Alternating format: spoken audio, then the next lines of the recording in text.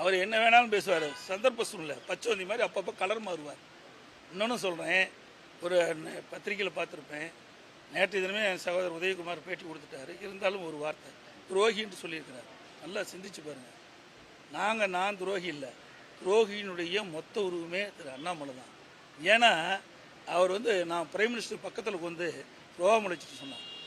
Prime minister பக்கத்தில் வந்து உண்மைதான். ஆனால் அதுக்கு பிறகு நடந்தது என்ன? வேறு அண்ணாவுடைய பிறந்தநாள் விழா வருது. எங்களுடைய கட்சியுடைய பேர் அனைத்து இந்திய அண்ணா திராவிட முன்னேற்ற கழகம். எங்களுடைய கட்சியில் பேர் அண்ணாவை தான் உரிச்சிருக்கிறோம். பொன்மனச்சம்பல் புரட்சி தலைவர் எம்ஜிஆர்கள் இந்த இயக்கத்தை உருவாக்கின்ற பொழுது பேர் அண்ணாவுடைய கொள்கைகளை அவர் விட்டு சென்ற பணிகளை தொடர வேண்டும் என்ற ஒரு நல்ல எண்ணத்தின் அடிப்படையில் தான் இந்த அதிமுகவை தோற்றுவித்தார். அப்படிப்பட்ட எங்களுடைய தலைவர்களை அவதூறாக கீழ்த்தரமாக விமர்சித்தால் நாங்கள் எப்படி பொறுத்து கொள்வோம்?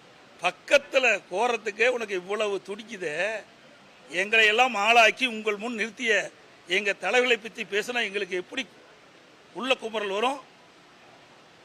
நாங்களும் உணர்ச்சி உள்ள மனிதர்கள் தான், யாருக்கு அடிமை கிடையாது.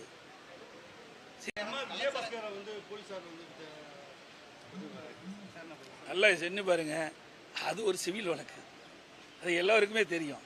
இதுக்கு ஒரு 100 போலீஸ்காரை வச்சுக்கிட்டு தேடிட்டு இருக்கிறேன்.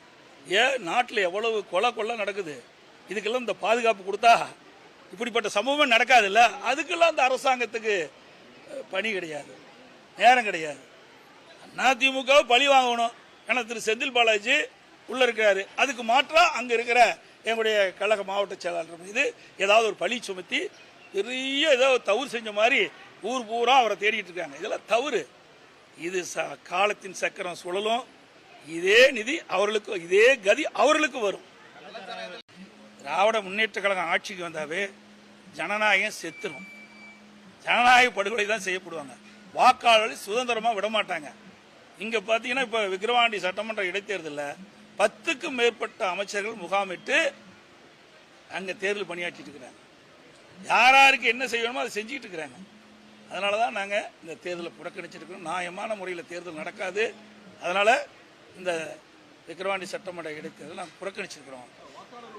ஒரு தேசிய கட்சியில் மாநில தலைவராக இருக்கிற ஆம்ஸ்டாங் அவர்களை படுகொலை செய்யப்பட்டிருக்கிறது சொன்னால் சட்ட ஒழுங்கு தமிழகத்திலே சந்தி சிரிக்கின்ற சூழ்நிலை தான் பார்க்கிறோம்.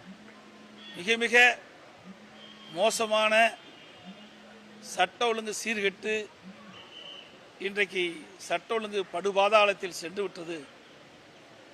மக்களுக்கு பாதுகாப்பு இல்லை, அரசியல் தலைவர்களுக்கு பாதுகாப்பு இல்லாத ஒரு சூழ்நிலை தமிழகத்திலே நிலவிக் கொண்டிருக்கின்றது.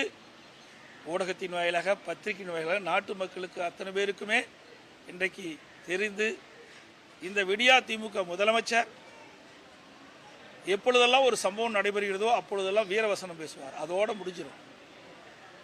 இன்றைக்கு காவல்துறையை கண்டு யாரும் அச்சப்படுகின்ற ஒரு சூழ்நிலையே இல்லை. சர்வசாதாரணமாக கொலை நடக்குது.